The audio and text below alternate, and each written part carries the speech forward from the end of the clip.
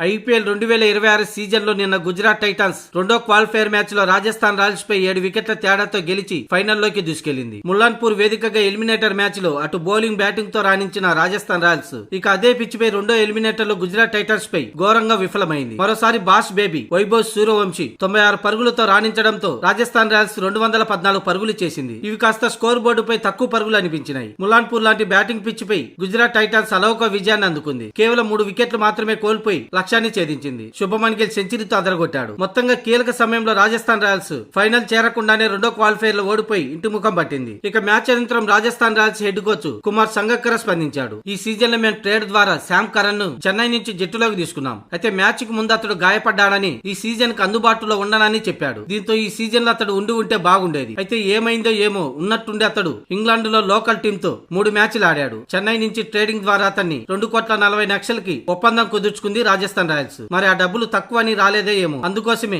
దసున్ శనకను అతడి ప్లేస్ లో రీప్లేస్మెంట్ చేసుకున్నామని సంగక్కర తెలిపాడు. అంతేకాదు సిమ్రన్ హిట్మేర్, ప్రిటోరియస్ వంటి ఆటగాళ్లు గాయాల బారిన పడ్డాడు. అలాగే కెప్టెన్ రియాన్ పరాగ్ కూడా గాయంతోనే జట్టులో నెట్టుకొస్తున్నాడు. వీటన్నింటిని ఫేస్ చేస్తూ అయినా కూడా మేము రెండో క్వాలిఫైర్ దాకా వచ్చాం. అయితే రెండో క్వాలిఫైర్ లో ఓడిపోవడం చాలా నిరాశపరిచింది. ఇదే మైదానంలో ఎస్ఆర్హెచ్ ను ఓడించిన మేము సరైన వ్యూహాలతోనే బరిలోకి దిగాం. ఈ క్రెడిట్ గుజరాత్ బౌలర్లకు ఇవ్వాలి. వాళ్ళ బౌలింగ్ కారణంగా మరో 30 పరుగులు తక్కువ చేశామని అనిపించింది. అందుకే స్కోర్ బోర్డుపై ముఖ్యంగా ములాన్పూర్ పిచ్చిపై 215 పరుగుల టార్గెట్ అంటే ఈ పిచ్చిపై ఈజీగా గెలిచేదే. అలాగే సాయి సుదర్శన్ క్యాచ్ ను కూడా డ్రాప్ చేయటం, ఒకవేళ ఆ క్యాచ్ పట్టి ఉంటే ఫలితం మరలా ఉండేదేమోనని సంగక్కర చెప్పుకొచ్చాడు. మొత్తానికి కీలక ఆటగాళ్లు లేకపోవడం, గాయాల బారిన పడడం అయినా కూడా మేము ఇంతవరకు రావటం సంతోషించదగ్గదే. అయితే ఈ మ్యాచ్ ఫినిష్ చేసి ఉంటే బాగుండేది. ఇక వైభవ్ సూర్యవంశీ మాకు ఉండడం కొండంత అండ. తను 15 ఏళ్ల వయసులో ఇంత మెచ్యూర్డ్ బ్యాటింగ్ ఎలా ఆడుతున్నాడనేది ఎవరికి అర్థం కాని విషయం. అందుకే అతనికి ఎలా ఆడాలో కూడా మేము సూచనలే చెయ్యం. పిచ్చికి తగ్గట్టు అతడే నిర్ణయం తీసుకుని ఆడతాడు. ద గ్రేట్ బ్యాటర్ అంటూ ప్రశంసల వర్షం కురిపించాడు కుమార్ సంగక్కర వైభవ్ సూర్యవంశీపై. ఇకపోతే ఫైనల్ చేరిన 2 జట్లు తమ కంటే బలంగా ఉన్నాయని,